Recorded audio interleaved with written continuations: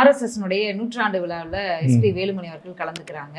முருகரை வந்து புரட்சி தலைவர், புரட்சி கவிஞர் அப்படின்னு பட்டத்தை எடப்பாடி அவர்கள்ட்ட இருந்து பிடுங்கி கொடுத்துட்டாங்க. எதுக்குமே அங்கே ரியாக்ஷன் கிடையாது. அங்கே ஒரு வீடியோவும் ஒளிபரப்பப்பட்டது பெரியார் வச்சு கம்பாரிசன் பண்ணி. எதுக்குமே அவங்க ரியாக்ட் பண்ணலை.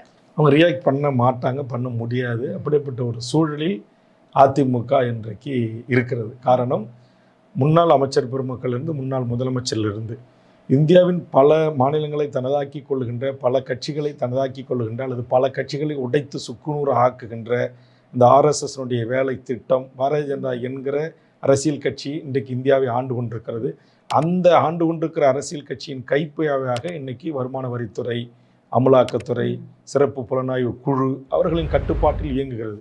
அதனால் அவர்களுக்கு அடிபணிந்து கட்டுப்பட்டு அவர்கள் சொல்வதை கேட்டு அல்லது வாயிருந்தும் மௌனியாக, காதிருந்தும் செவிடர்களாக, கண்ணிருந்தும் குருடர்களாகத்தான் அவர்கள் செய்கின்ற அநியாயங்களை, அக்கிரமங்களை, அட்டுழியங்களை கேட்க வேண்டிய ஒரு நிர்பந்தத்திற்கு இன்றைக்கு ஆண்ட அரசியல் கட்சிகள், ஆளுகின்ற அரசியல் கட்சிக்கு ஒரு நிர்பந்தம் இருக்கிறது. 2014 பாரதிய ஜனதா ஆட்சி பொறுப்புக்கு வந்து நரேந்திர மோடி, அமித்ஷா நாட்டுடைய மிக உயர்ந்த பதவிகள் அடைந்தார்களோ அன்றையிலிருந்து இங்கு இந்தியாவில் இதுதான் நடைபெறுகிறது. இந்த மண்ணில் ஒன்றிய பாரதிய ஜனதா அரசால் திட்டமிட்டு இங்கு நடந்தேறி வருகிறது.